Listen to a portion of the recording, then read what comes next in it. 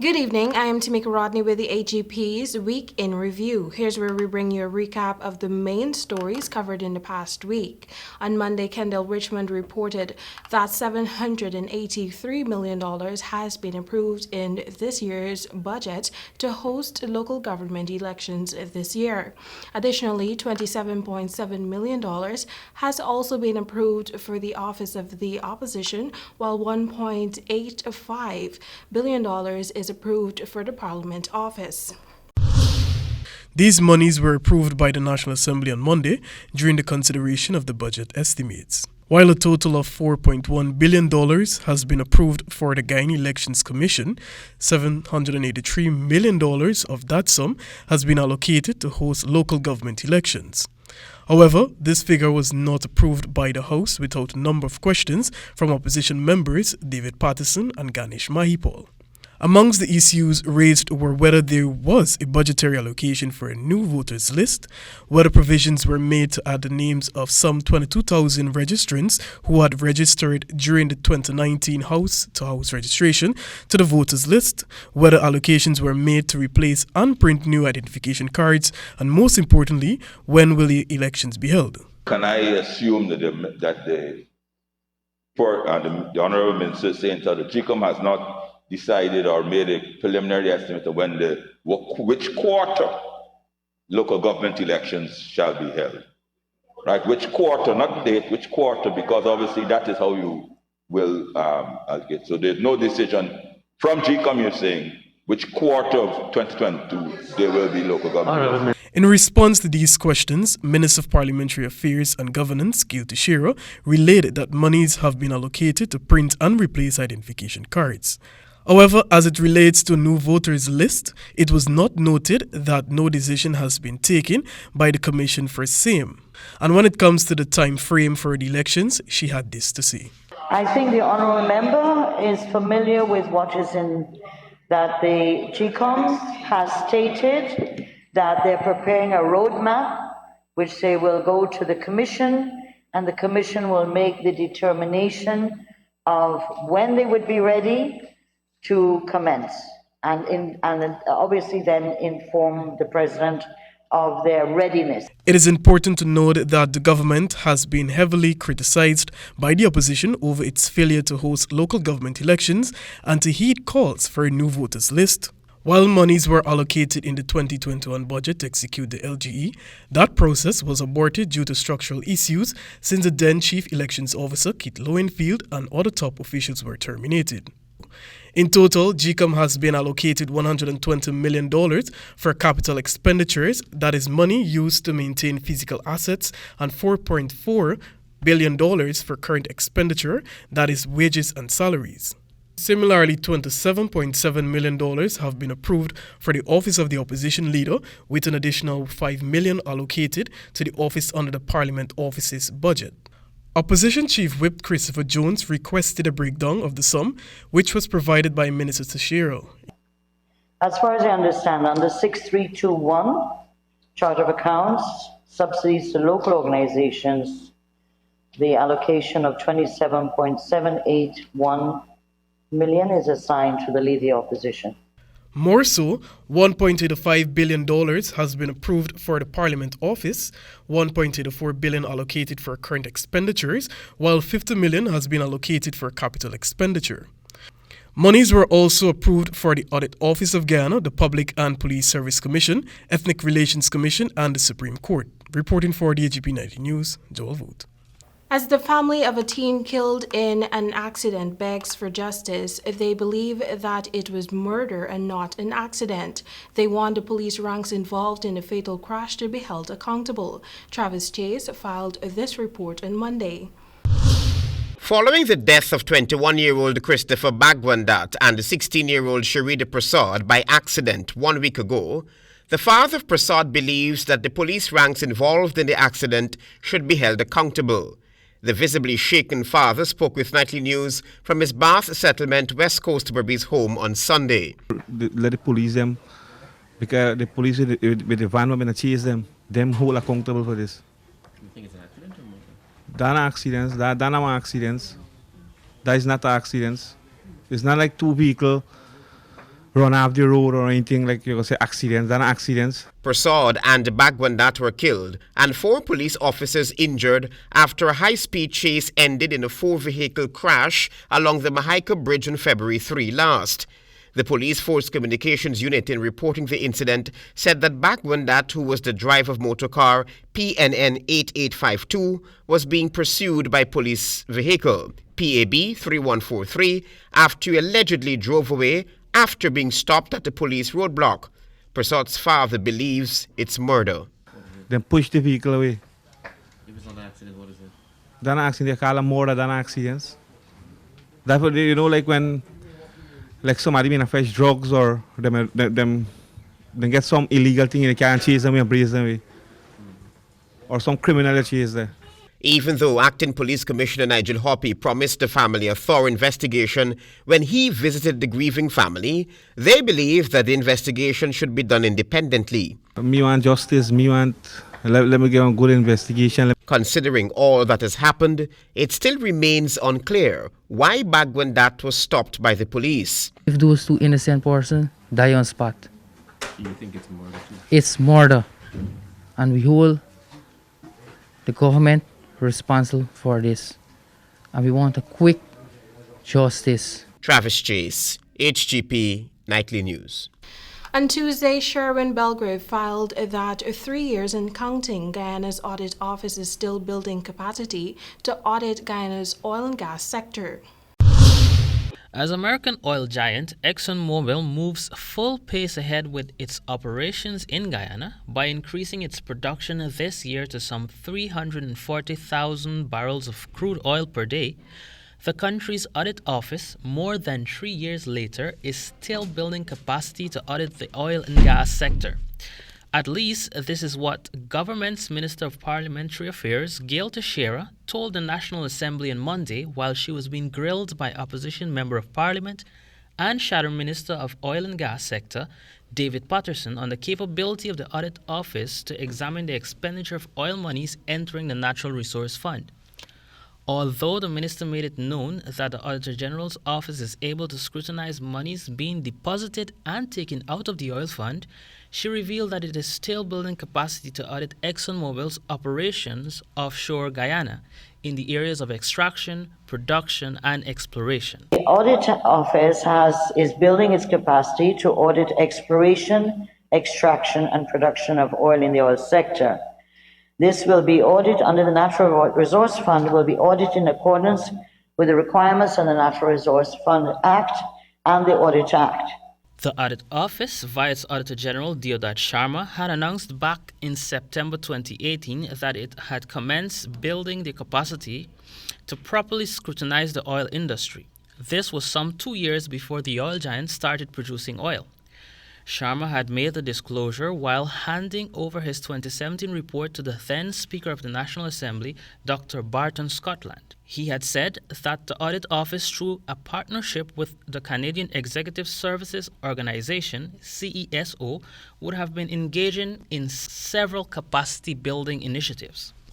Those capacity-building initiatives, Sharma had said, is to equip the Audit Office with the capability to examine revenues and expenditures of the oil sector, which includes financial, regulatory, technical, and even scientific areas. However, more than 3 years has passed since Sharma said this. ExxonMobil has already started producing oil, and yet again during Monday's sitting of the National Assembly, it was stated that the Audit Office is still building capacity to conduct oil audits. In fact, after 3 years, there is not even enough qualified staff working in the Audit Office to undertake such audits. According to Teixeira, only 2 of its middle management staff has master's degree in studies relating to oil and gas, while its engineering department only has 3 engineers. Nevertheless, the office has already started improving the capacity, with 2 of its middle management staff having obtained master's degrees in studies relating to oil and gas. With regard to other technical staff, more specifically the engineers, the Audit Office has 3 civil engineers, one with a master's degree, and that it is anticipated that the engineering department will be increased the capacity and the numbers will be requested in the 2023 budget. Meanwhile, as the government continues to spend money and take its own time to build capacity in the audit office, ExxonMobil is ramping up production, exploration, and the development of new oil fields within the Stabroek block at a rapid pace. With the arrival of the first floating production, storage, and offloading vessel in 2019, ExxonMobil began oil production in 2020 by producing some 120,000 barrels of oil per day from its Liza Phase 1 project. In October last year, Liza Unity arrived, and Exxon is well on track to start producing an additional 220,000 barrels of crude oil per day this year from its Liza Phase 2 project. That means that by the end of 2022, ExxonMobil will be producing some 340,000 barrels of crude oil per day as Guyana continues to build capacity to scrutinize its operations. It should be noted, too, that the American oil giant has already announced that in 2023, its third oil project, Pajara, will be fully operational. This is Sharvin Belgov reporting for the HGP Nightly News. More of the review after the break. Interested in honoring or paying tribute to a loved one, or just making a loved one feel special? HGP TV offers you all that and more. Air your birthday greetings, death announcements, and wedding anniversaries on HGP TV today. HGP TV offers affordable prices, convenience, and great services. Pick up the phone now and call us on 220-3660 or email us at sales@hgptv.com. Thanks for staying with us here on the AGP Nightly News Week in Review. Still with news on Tuesday, the family and friends of 22-year-old Christoph Shepard, that national athlete who was involved in an accident on Monday night that left him battling for life in a city hospital, have challenged the police to provide more evidence to support their claim that the youngster drove into the path of the truck, causing the accident. More from Kendall Richmond. It has been hours of tears and emotional turmoil for the family of Christoph Shepard, a national volleyball player, former youth parliamentarian, and final-year University of Guyana student who was involved in a serious smash-up on Monday night. According to a police headquarters report, on Monday night, Shepard, 22, was behind the wheel of motor car PPP 6198, in which were occupants national table tennis champion and Olympian 24-year-old Chelsea Edgell and 23-year-old Nikasi Lewis.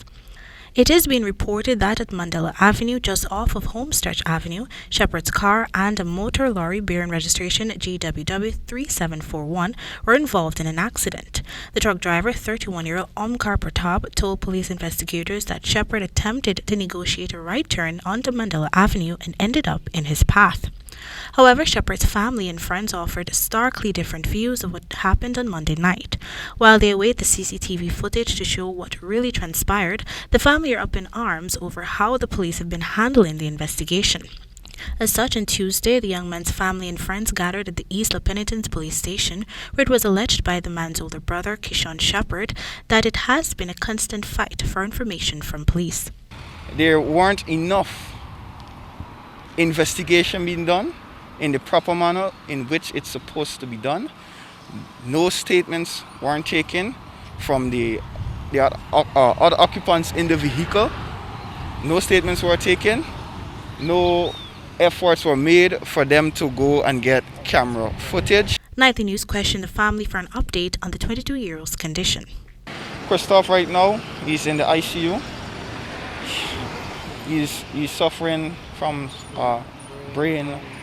His brain is being swelling. He have multiple fractures to the skull. He have a broken rib. His liver has been bruised, and he's in a very, very bad shape. He's non-responsive. The promising athlete's friends strongly refuted the police's version of events and told of what a careful and responsible driver Shepard is on the roadways. They pleaded for justice for their loved one, who remains in a critical condition at the Georgetown Public Hospital Corporation. I don't know him as a reckless individual. He always looks out for others, and we definitely need justice for this, because this is nonsense. Christoph has been a very responsible person for all the time that I've known him. From what you could see or what you hear, other than the driver, the other two persons in the car were conscious, and they're stating that he was not in the wrong. So we tend to believe them, and we just want justice, basically. Well, for me, I just hope that a more thorough investigation could be done on this matter. As everyone has said before, Christoph is not a well driver. He's always cautious, especially when he's driving with others. He's very responsible. All I want is for justice to prevail, and I hope that all the parties in power that be will come forward and be more clear, especially in the media. That Christoph is a very responsible young man, and on behalf of the Volleyball Federation, we're looking for a thorough investigation because we've known him for quite some time. And the statement that was given by the other driver, it is not, adding up. So please look into this. If anybody has videos, please share. Police confirmed that the 31-year-old driver remains in police custody as investigations continue. For the HDP Nightly News, Kendall Richmond. With a massive bribery allegation hanging over his head, Vice President Paradio continued to deny claims that he is a venal politician. In a recent press conference, the Vice President classified the questions of a Vice News reporter as a ploy to drag Guyana into the economic wrestle between the United States and China. More from Kendall Richmond. So I don't know what discussion people have, what they tell investors or people if they arrange a meeting. But I know for sure that it's not because people have to pay me. Vice President Paradio, during a press conference on Tuesday evening, strongly refuted claims that he is a corrupt politician, as is being peddled in the mainstream media. For context, the Vice President was interviewed by a correspondent from the New York-based media entity Vice News on February 1. In this interview, several topics were discussed with regard to Guyana and the road to future development. However, the seemingly calm atmosphere was transformed into one of hostility when the correspondent told the Vice President that a number of Chinese businessmen have related that the only way to get business done in Guyana is to pay a bribe. To this end, one Chinese businessman and lobbyist, Su Jerome, was signaled out by the reporter, a reference that seemingly left the Vice President stunned. While he did not deny knowing Jerome, whom he said was a tenant at one of his properties, he ardently denied ever collecting bribes for contracts. He then accused the correspondent of having a hidden agenda aimed at making the leaders of Guyana look corrupt, as well as an attempt to throw the country in the midst of an economic feud between China and the United States. More so, while the journalist relayed that information about the alleged bribery was leaked by Su Jerome, the Vice President said that those claims were denied by the businessman. He claims this is a lie. He never said anything of the sort. But I'm not putting my head, because if he says that to someone, that's his business. But if I discover that he's doing that, then he will, even if he asks me to see somebody, I'll never see them again. He noted that the sources of his income can be accounted for, citing that he has no foreign bank accounts and that all of his financial statements have been furnished to the Integrity Commission. 2 years we have been in office, and for personally, last year I submitted, in fact the year before too, even in opposition, I submitted. Last year I submitted my statements of income and asset for the 2022. The Integrity Commission is among a number of constitutional commissions still to be reconstituted by the current government. The Vice President said that while he has an open-door policy, it is never about bribes for him, but to help people. As such, he will not be paying much heed to the allegations since it has no merit. Additionally, the Vice President also responded to the leader of the People's National Congress Reform, Aubrey Norton, who during a virtual press conference on Tuesday called for a full probe into the allegations. I also would like to call on the Guyana Police Force to investigate the allegation. It is law enforcement's responsibility to, when allegations of this nature are made, they should investigate. The question of whether the government will allow them to investigate should not arise, because constitutionally they are the Guyana Police Force They are the law enforcement agency, and it should follow ipso facto. The vice president said that if the opposition wishes, it can take the allegations to the police for an investigation to be done. Meanwhile, the Chinese embassy in Georgetown has also refuted the bribery claims. In a statement released by the agency on Wednesday, it was conveyed that the Vice News reporter came to Guyana with a predetermined agenda and tried to smear and attack China-Guyana Corporation as well as Chinese companies. The Chinese embassy said it is dissatisfied with and firmly opposes the violation of professional ethics by the reporter and maintain that Guyana-China relations remain firm. It also conveyed that Chinese companies operating in Guyana are following the local laws, international practices, and market rules, practicing in big projects through open and fair competitions, which is beyond reproach. For the HDP Nightly News, Kendall Richmond.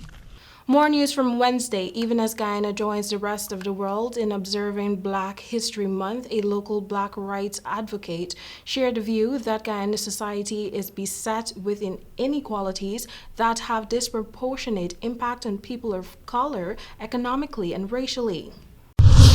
These inequalities are fueled by the reality that African Guyanese do not know and appreciate their history, and according to Eric Phillips, can be remedied by infusing Black history into the school's curriculum. It has to be in the school system. That's where minds are impressionable. We don't teach correct history. We say that Cheddi Jagan was the father of Guyana, yet Kofi died in 1763 to create Guyana. Kwabena died in 1823. Damon died in 1834.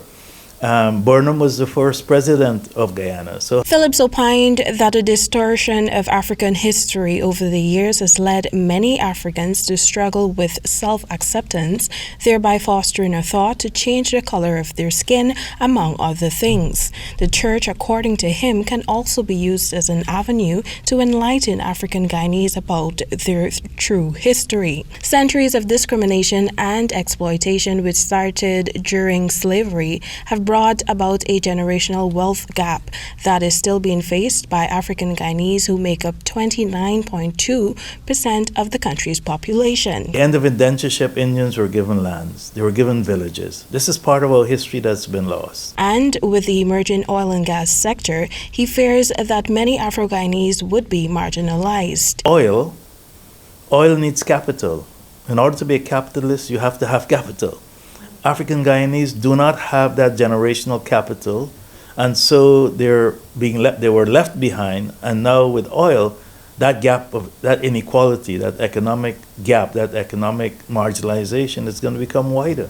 The concept of Black History Month was initiated by Carter G. Woodson in 1926, whose intentions were to recognize important people and events in the history of the African diaspora. This year's theme focuses on the importance of Black health and wellness. It acknowledges the legacy of Black scholars, medical practitioners, including herbalists and midwives, who would have made valuable contributions to the health and wellness of Africans. Some 473,000 Africans died to build Guyana during 200 years of enslavement. Tamika Rodney reporting for the HGP Nightly News. There's more news after the break.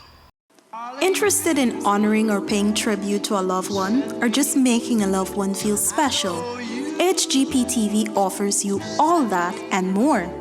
Air your birthday greetings, death announcements, and wedding anniversaries on HGP TV today. HGP TV offers affordable prices, convenience, and great services. Pick up the phone now and call us on 220-3660 or email us at sales@hgptv.com. Welcome back. My government is above board. The words of President Irfan Ali in response to bribery allegations leveled at Vice President Barry Jagdeo by U.S.-based media entity Vice News. The head of state also revealed that the government is currently gathering intelligence on the reporter who conducted the interview, and it has been revealed that she has certain special interests. Kendall Richmond reports. There's a lot of sensationalization that is going on of news. And I'm not into that. I'm into facts, building one Guyana based on honesty, integrity, based on hard work, based on facts. President Irfan Ali, during a sideline interview on Thursday at the annual Guyana Defense Force Officers Conference, sharing his views on the recent bribery allegation against Vice President Bara Jagdeo. Jagdeo was interviewed by New York-based media entity Vice News on February 1, during which the reporter alleged that a number of Chinese businessmen have related that the only way to get business done in Guyana is to pay a bribe. Chinese businessman Su Jerome was identified as one such person. Describing Jerome only as an acquaintance and tenant of his, Jagdeo vehemently denied the bribery allegations. According to Jagdeo, the entire interview was aimed at making the leaders of Guyana look corrupt and was intended to throw the country in the midst of an economic feud between China and the United States. On Thursday, President Ali revealed that his government has been gathering intelligence on the Vice News reporter. This same reporter did not even know what the Amalis Falls project is about, did not even know the name of roads, but came here and I heard, because we got intelligence gathering too, I heard that the reporter had certain special interests. An allegation was made as president, some people called me and say that this reporter was having a special interest on a special group, was managed by a special group. The president called on the reporter to respond to his claims and to prove that she is not being managed by a special group. According to him, the reporter was ill-informed throughout the entire interview. This, he says, further cements the fact that she had a hidden agenda. He said that the vice president would change the constitution. What nonsense that is the allegation. Somebody can just wake up and change the constitution. There is a process, that alone, and the misinformation discredits her. He urged Guyanese to research both the media entity and the reporter and then make a judgment. The Chinese embassy has weighed in on the matter, stating that the Vice News reporter came to Guyana with a predetermined agenda and tried to smear and attack China-Guyana corporations as well as Chinese companies. The embassy said it is dissatisfied with and firmly opposes the violation of professional ethics by the reporter and maintain that Guyana-China relations remain firm. Meanwhile, leader of the People's National Congress Reform, Aubrey Norton, continues to agitate for a full police investigation into the allegations. For the HDP Nightly News, Kendall Richmond. And finally, on Friday, Mayor Ubraj Narayan blamed the slothfulness of the local government commission for its deficit 2022 budget. Find out why in this Kendall Richmond report. On Monday, a budget of $2,395,823,536 was approved by the Mayor and City Council. But the budget is deficit by $79,267,741. This was revealed by Mayor Ubraj Narayan during a press conference on Friday. And that deficit amount is $79,267,741. The reason for that is there is a shortcoming this year in terms of our revenue. The mayor says over the past 3 years, the council has never had any issues with balancing its budget. However, some additional projects were included in this year's budget, which has resulted in this deficit. It was further revealed that of the total budget, half, or $1,082,750,967, has been allocated to cover employment costs. According to the mayor, since it was hinted by the Minister of Local Government, Nigel Dharmlal, that the council is overburdened with staff, efforts were made to correct that issue. That is the reason why in 2021 we had made a decision to abandon the general works section of the main city council. A research carried out by the Human Resources Department of the council found that the departments were redundant. A letter was then penned to the Local Government Commission for approval on this decision. However, it is being claimed that the commission is yet to respond. That decision is sit currently with the Local Government Commission. I don't know the reason why the Local Government Commission did not move forward to approve such decision of the council. He's adamant that this delay has also contributed to the budget being in deficit, since the money allocated to employees in that department could have been used for other projects. Although the council is seeking to lessen its headcount, there were plans to retain some of the employees. At this juncture, the council is exploring ways to garner more revenue, since the mayor has opined that the council cannot effectively function on $2 billion. To this end, he conveyed that a letter has been penned to the Ministry of Local Government and Regional Development for additional support. On another note, it was also disclosed that the Mayor and City Council has also approved an internal audit policy on January 24 to guide the auditing section. For the HGP Nightly News, Kendall Richmond. President Irfan Ali announced that government has begun talks with Barbados, one of the leading tourism hubs in the Caribbean, for the establishment of a more unified tourism program, which would see both destinations being promoted collectively. Here's more.